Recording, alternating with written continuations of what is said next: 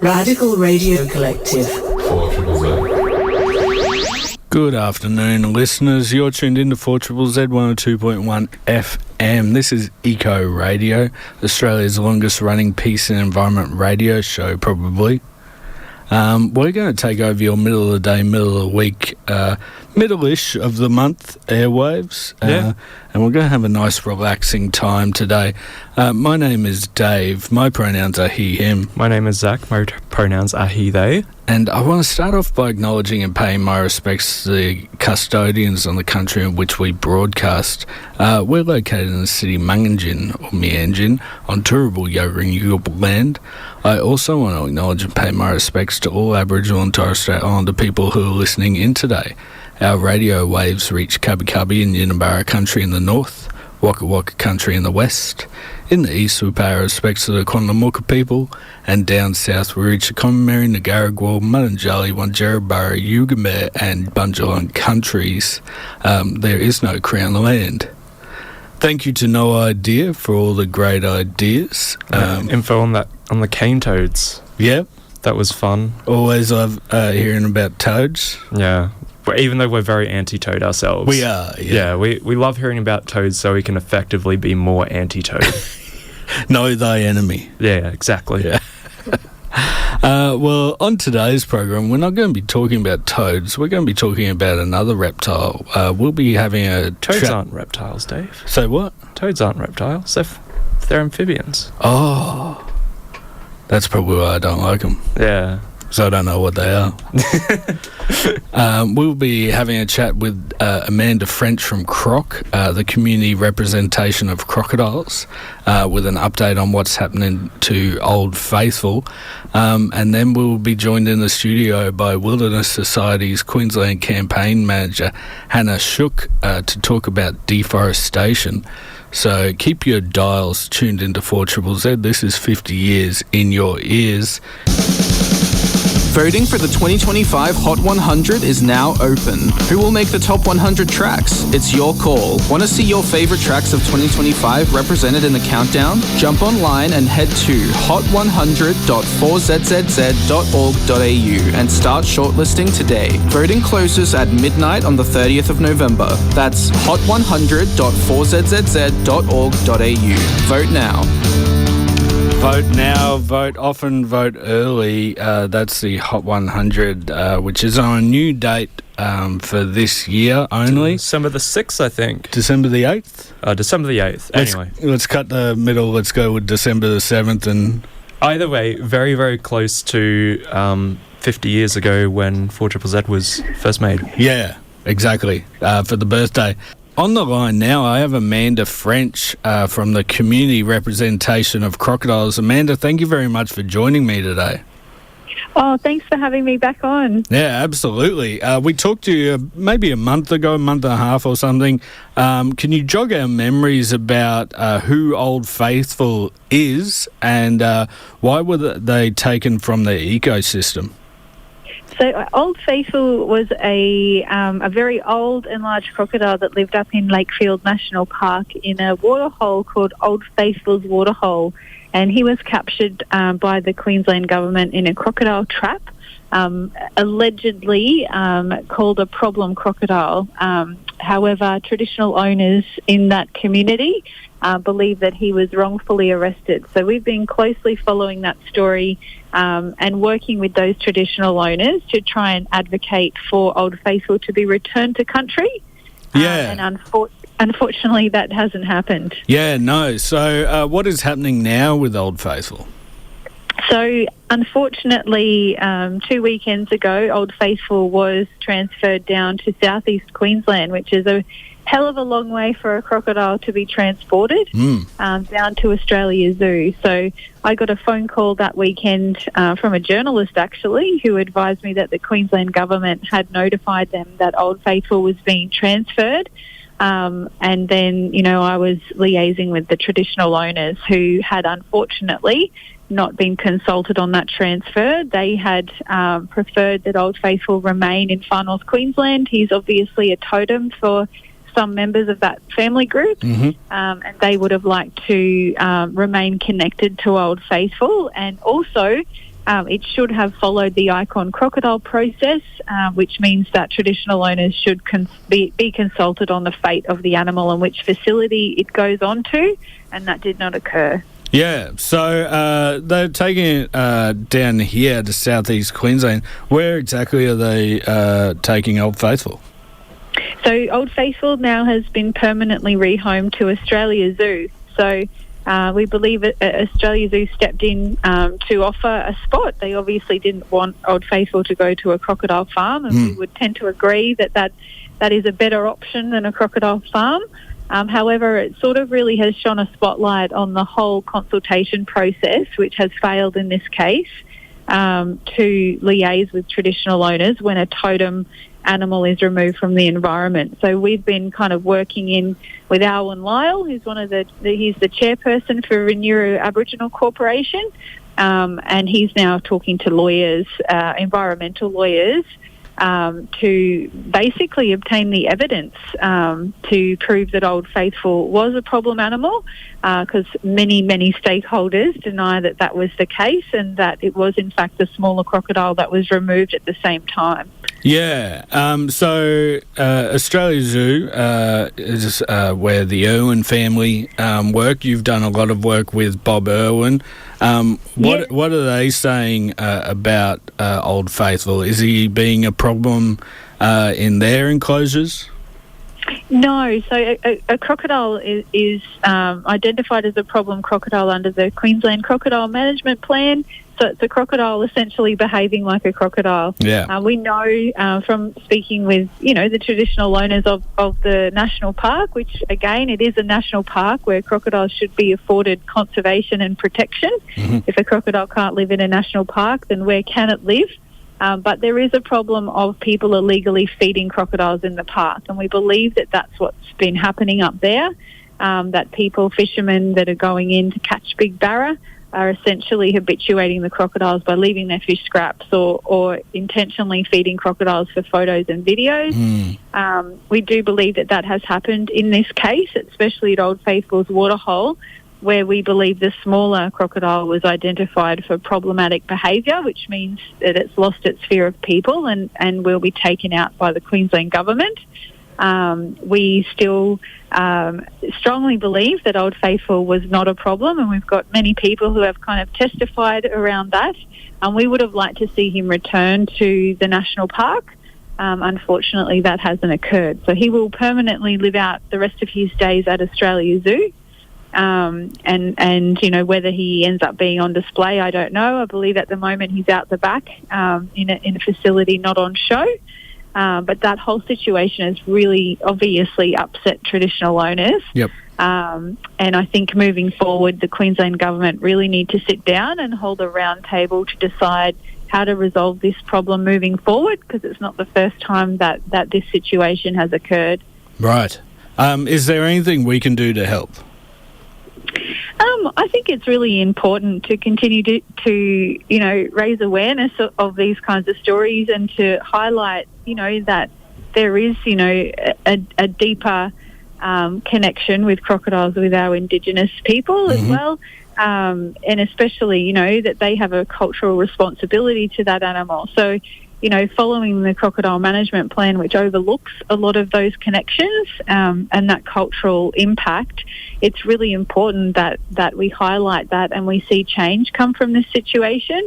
And we see, especially in an area that's jointly managed between traditional owners and the Queensland government, that there is proper consultation when these big decisions are made. Yeah. Okay, thank you very much, Amanda, for joining me. Thanks for having me on. Absolutely. That was Amanda French from the Community Representation of Crocodiles.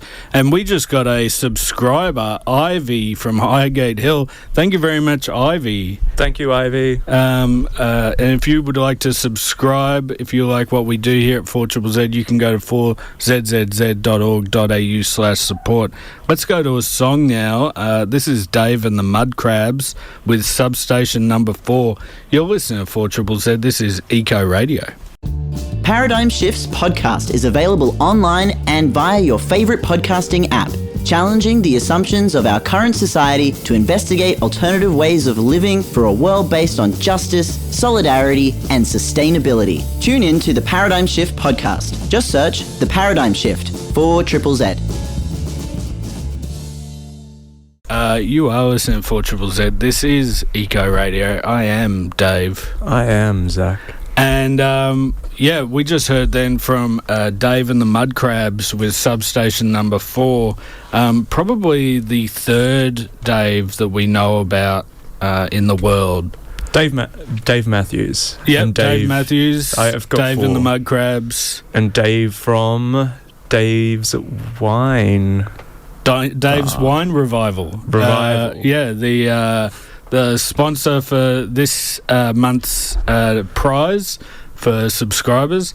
So Ivy just subscribed, and they will actually go into the running to win a prize from Dave's Wine Revival, which is just down the road from 4ZZZ. It's a wine tasting for 6 and a mixed case of 12 different wines. Wow. So, if you're on the wagon, probably not the best time to subscribe to 4ZZZ, although Warm Inner Glow always keeps you warmer than some Bundy rum or something like that. I do think you're not beating the allegations with Dave's Wine Bar being so close to another place that Dave, our host, regularly frequents, that being 4ZZZ. So. Yeah, especially after 12 wines, I really don't have that much distance to walk. Yes. Yeah, that's what you're doing before the show, right?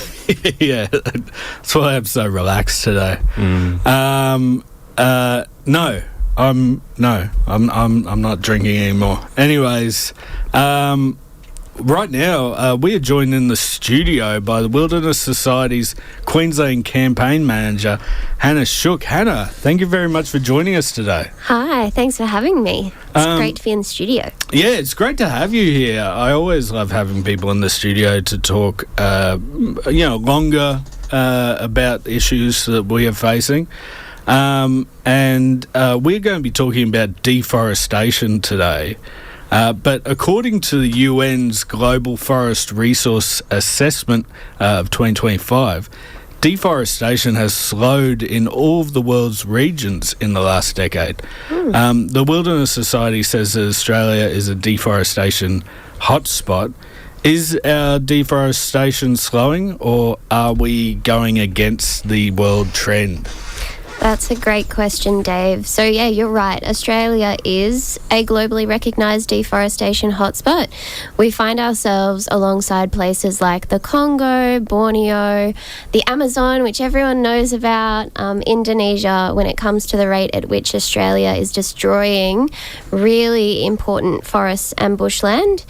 And unfortunately, Queensland is the state that puts Australia on the map. That's a national and a state shame. We're the epicenter of the deforestation crisis in Australia, and states like New South Wales and the NT are not far behind us. We have some of the most incredible nature on the planet right here in Queensland, but forests and bushland are being destroyed every day. So that's the reality, but we can turn things around. Yeah, so I would have thought that everything, because colonisation was such a shock to the ecology of our system. Yeah. I would have thought that everything was already cut down, and now we were getting into a revegetation cycle. But what are people still clearing land for? Yeah, most of the deforestation and land clearing that occurs in Queensland is to make way for livestock pasture, particularly to have places where pasture can grow for beef cattle to graze. And you're absolutely right in that this is a practice that is steeped in colonialism. Settlers came to the continent, and were essentially paid to clear, were fined if they weren't. And we're seeing the... Sellers were fined if they didn't clear areas. Yeah. And we're seeing the impacts on nature and our climate and cultural connection today when more than 300,000 hectares of forest and bushland are cleared in Queensland every year. So, you know, that is slightly down from previous years, but... I would say nowhere near enough, because this is essentially death by 1,000 cuts.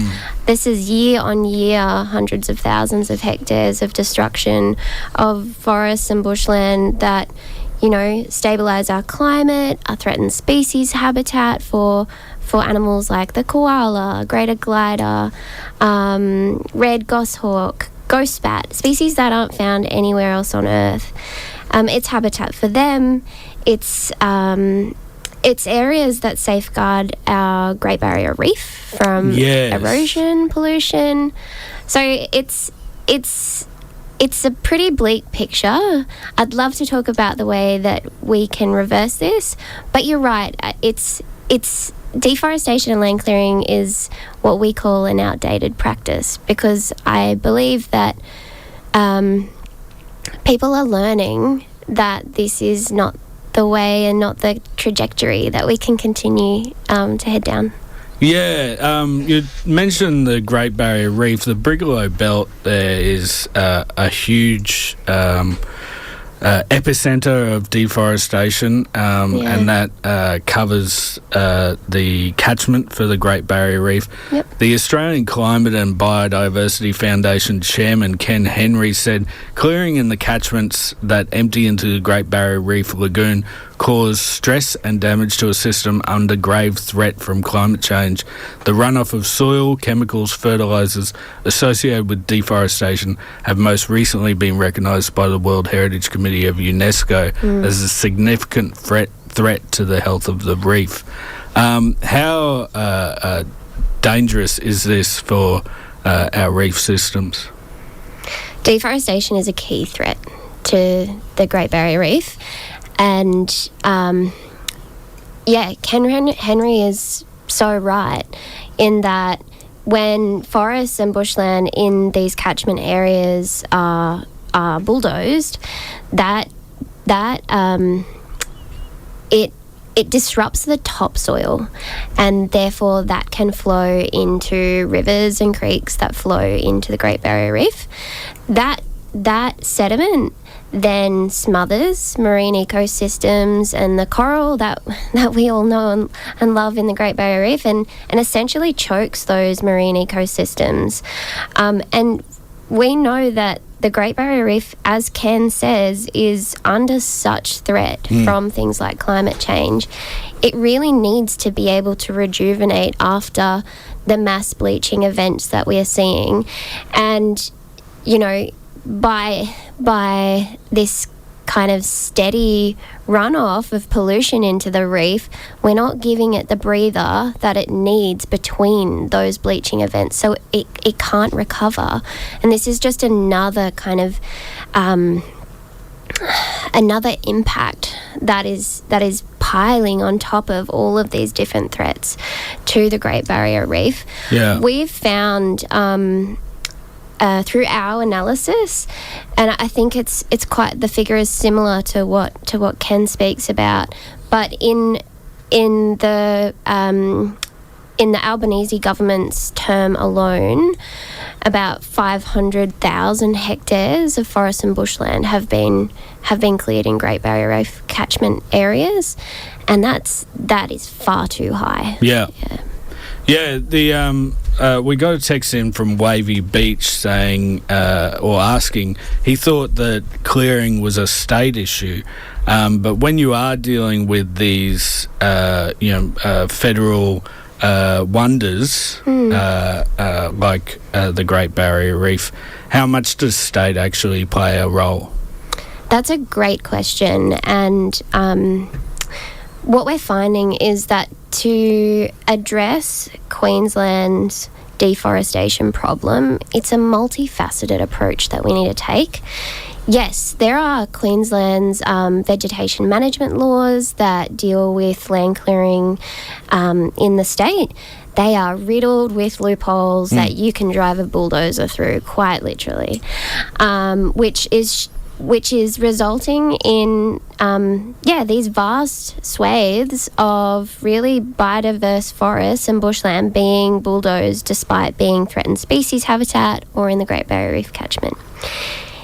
It is also a federal government issue because this is a national crisis, right? It's big enough to be a national crisis, and our federal nature law right now, quite similarly, is riddled with loopholes that allow for ongoing deforestation. What are some of those loopholes? Yeah, happy to speak to that. So one in particular that we're seeing is being used as essentially a free pass for ongoing large-scale deforestation is called a continuous use clause.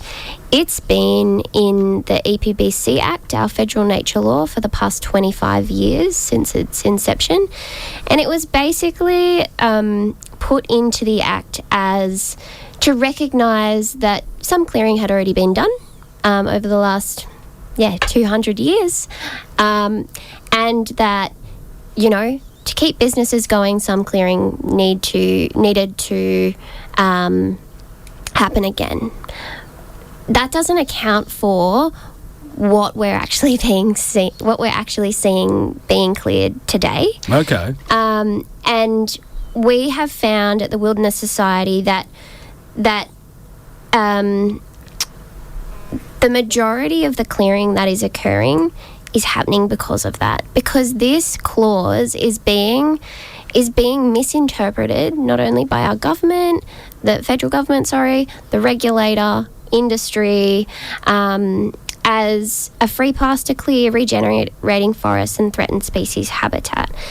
And right now we have an opportunity, while our federal government is looking to reform the federal nature laws, to ensure that this loophole is dealt with.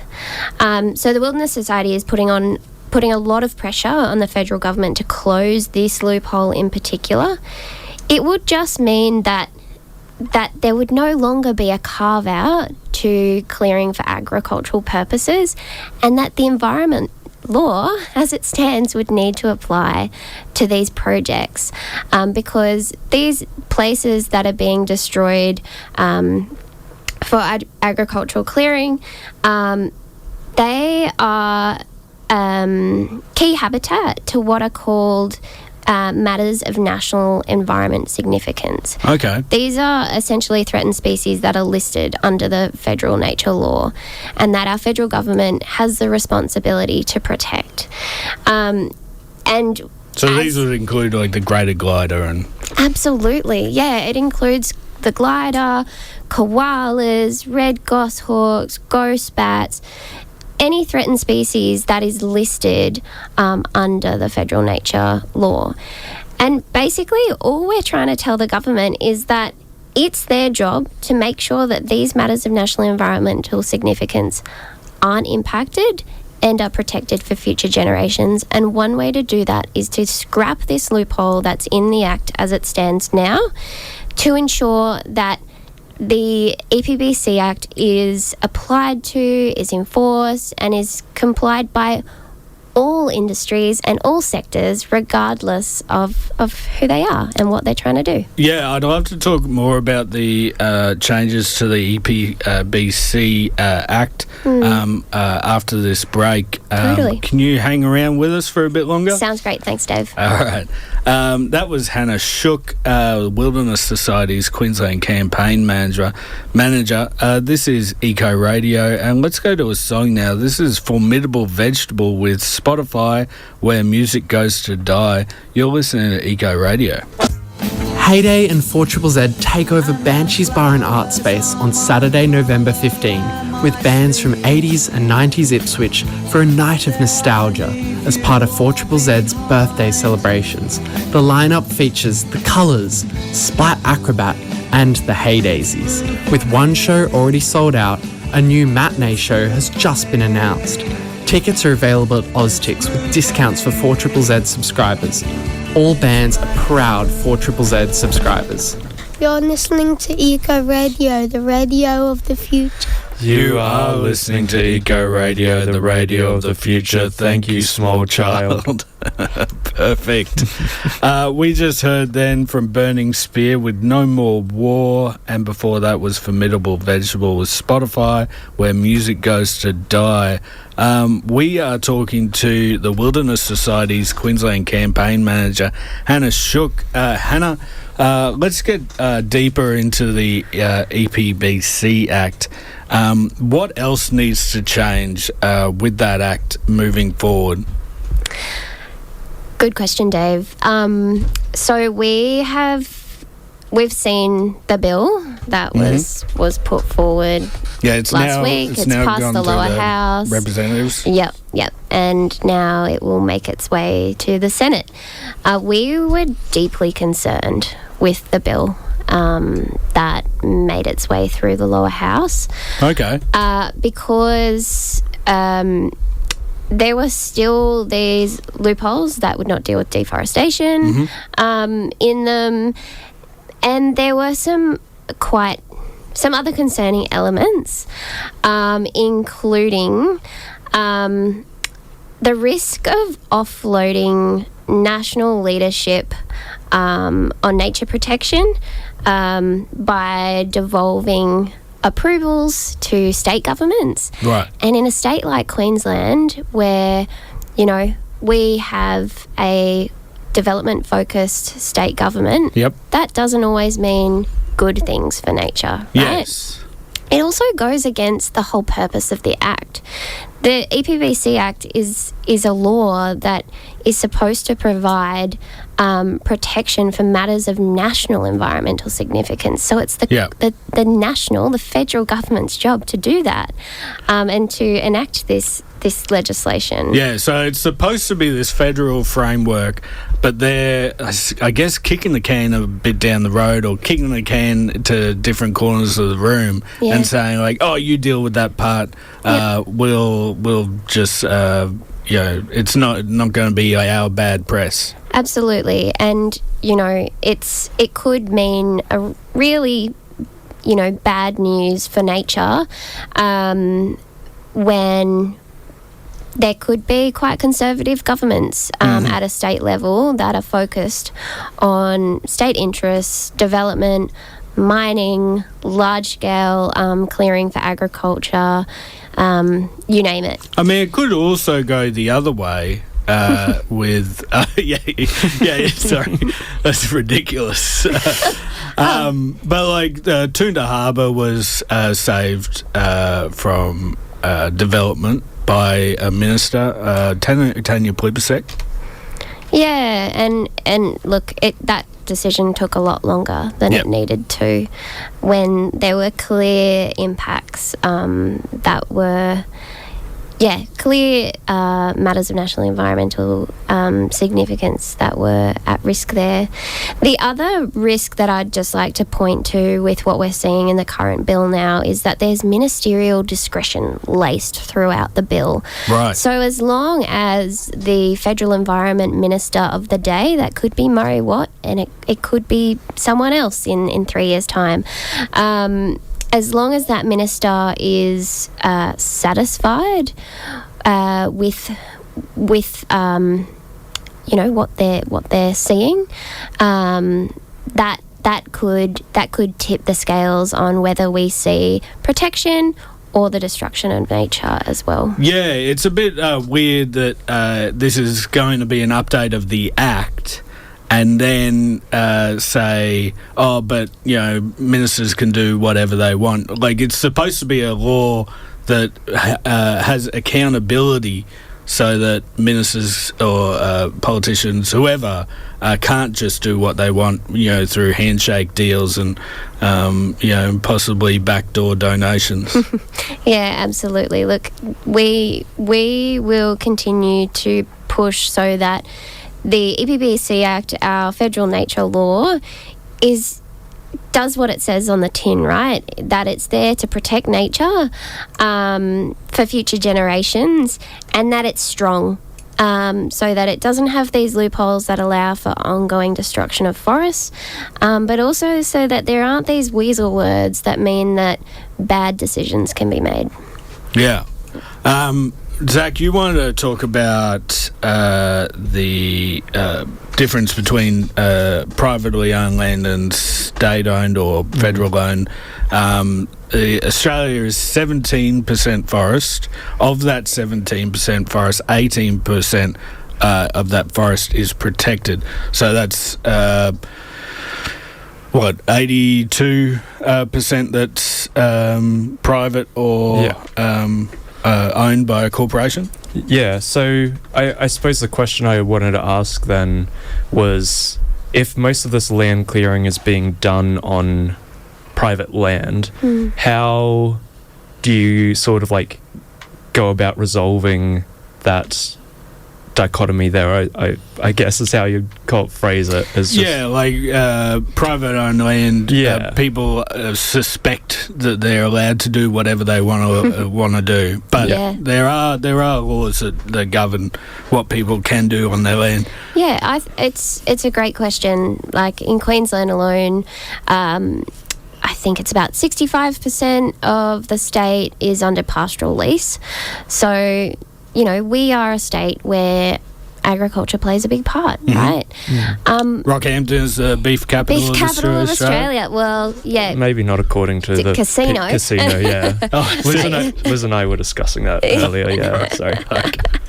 But yeah, look, Rocky is, you can eat some beef there. It definitely has the most fake cows plotted around. There are a lot of cow statues, absolutely. There's a large cow statue too, isn't there? Yeah. There's so many. There's so many. Yeah, there's but yeah, back to the question. I think, look, a lot of Queensland is agricultural land because there are pastoral leases across most of the state. However, these places still have forests on them, still have bushland on them, and are still home to threatened species. These forests are still important for our climate, and really, they provide the air and the water for all of us to survive ongoing. And there are rules. There is the Queensland Vegetation Management Act. There are federal nature laws, and there are the moves that the market is making too. So we're seeing companies set deforestation-free policies. We're seeing markets like the EU decide that they're not going to import products that come from deforestation. You're right in saying that a lot of this is private land, but there are other factors at play too that are influencing and hopefully signalling that the world is moving away from deforestation. There are like national ad campaigns, international ad campaigns that have said, if you buy these soy products, you're taking away orangutan habitat, and that was a big thing for a lot of years. It was. It's the same thing here, though, right? So we've got greater gliders, the national or one of the national animals, the koala. That's a logo for Australia, especially Queensland. So, these are forests that are being taken away from their habitat. Absolutely. And going back to your point about the ad campaigns, we're seeing a similar thing in Australia at the moment. We know that Coles and Woolworths in particular are two of the biggest beef buyers of Australian beef in the country. So we've been pressuring them to make strong science-based deforestation-free commitments that ensures that the beef that they buy and sell is not coming from forest destruction. we're really heartened to see that after months of pressure by customers, community members, organisations, Coles has put out a commitment to go deforestation free for their own brand products, which we understand would apply to 85% of their beef products. Right. That's a fantastic first step. And not only have they made that commitment, but they've shared how they would start to go about that. So we know they're acting transparently and robustly. We have seen a slightly different tune, heard a slightly different tune from Woolworths. Mm-hmm. Last year, they were the first of the two supermarkets to make a deforestation-free commitment, which would apply to Australian beef, which was fantastic, and we welcomed that. We thought the momentum has started, essentially. But what is really disappointing was that in their 2025 sustainability report, they changed their tune. Right. They basically said that Australian beef was low risk, and they could not concretely tell us how they were going to ensure that their supply chains did not come from Australian deforestation. We put a lot of pressure on Woolworths just in the last month at their biggest corporate event of the year, their annual general meeting down on Durragland in Sydney. And we put quite squarely in front of their investors and their shareholders some of their most valued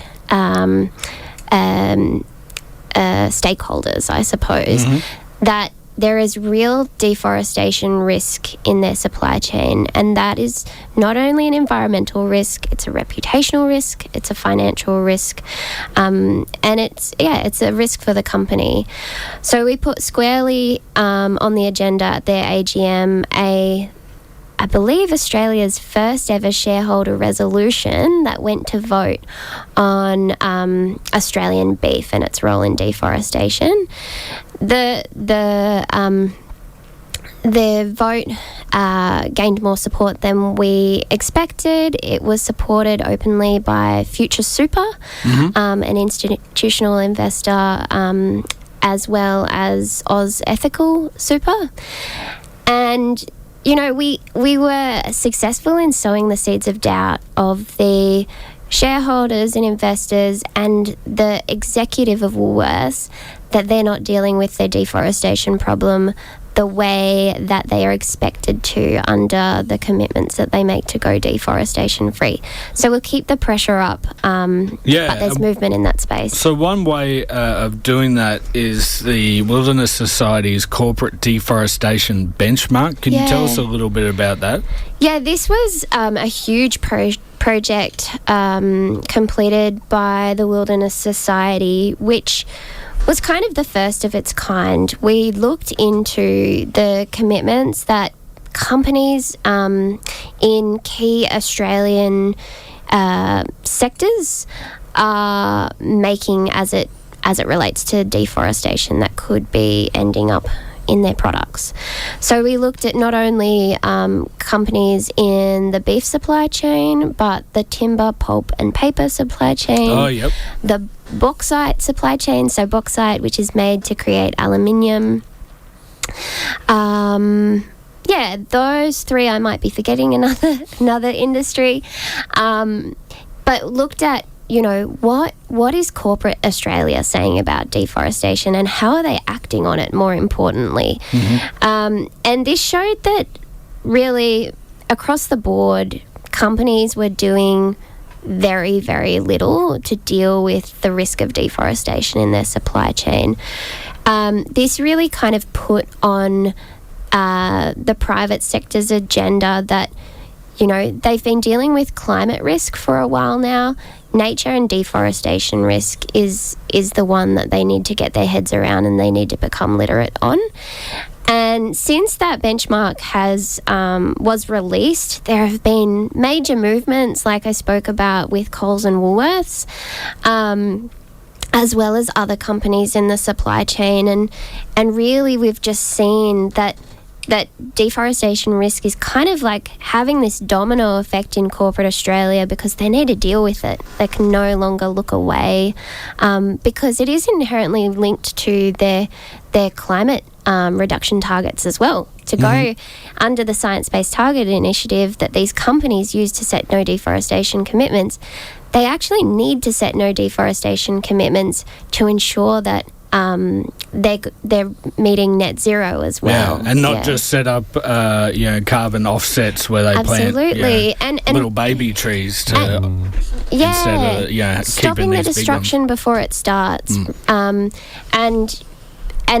our view at the Wilderness Society is that, glossy policies aren't enough.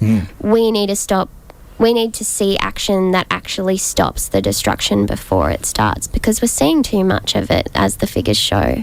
So, Hannah, how can people find out more about what the Wilderness Society is doing? Well, folks can jump on our website, wilderness.org.au, where you can read The Uncovered, which is our corporate deforestation benchmark.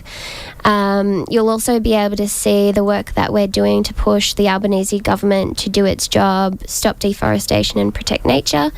And you're more than welcome to join one of our volunteer teams across southeast Queensland. Our campaign centre is based over in Kurilpa, West End. We have a bustling community of folks who care about nature and the climate, want to see it protected, and also just love having a fun time together, doing activism. Building community, and we want more people to be a part of that. Yeah, absolutely. Yeah. Well, there's one thing that people can do. Actually, there's about 8 things people can do this weekend or this week. It's something I like to call the Bushcare Roundup. Hannah, are you ready for this? Shoot. It's a Bushcare Roundup. They've been pulling out weeds and then they put in trees. It's the Bushcare Roundup. So we're going to have to do another bit of a speed run of the Bushcare Roundup, happening this Wednesday, the 12th. That's today. That is today. Yeah. At 5:30, you can go to the Flying Fox Flyout. That's happening in Capalaba.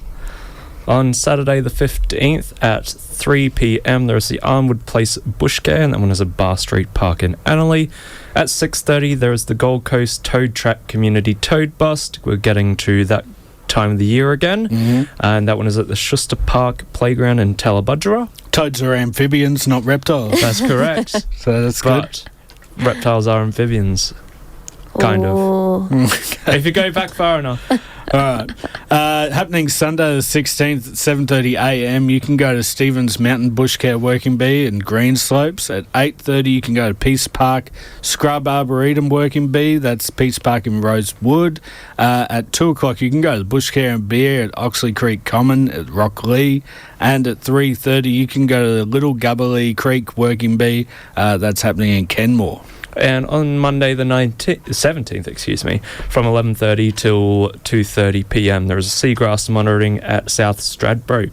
Get on a boat, and head across to South Stradbroke from Labrador. All right, that's everything we have. Hannah, thank you very much for joining us today. Thank you, guys. It's been such a pleasure to be here with you. Yeah, it's nice to have these longer conversations. Totally. You're the Queensland campaign manager with the Wilderness Society. That's right. We're going to put all your details up on not a home address or anything, but for the Wilderness Society. All right. That sounds great. Thanks, Dave. On our show page, you can go to see the show page at 4zzz.org.au and subscribe while you're there. We're going to pass you off to the coolest cat on radio. We're talking about Jordan with Sonic Aliens. And that's all we've got time for. You've been listening to 4ZZZ Eco Radio. For your dose of news, current affairs, and analysis, tune in to 4ZZZ 102.1 FM, 12 to 1 p.m. daily. Only Human, Eco Radio, Paradigm Shift, Megahertz, and Brisbane Line, Tuesdays, Thursdays, and Saturday. 4ZZZ 102.1 FM, people-powered radio.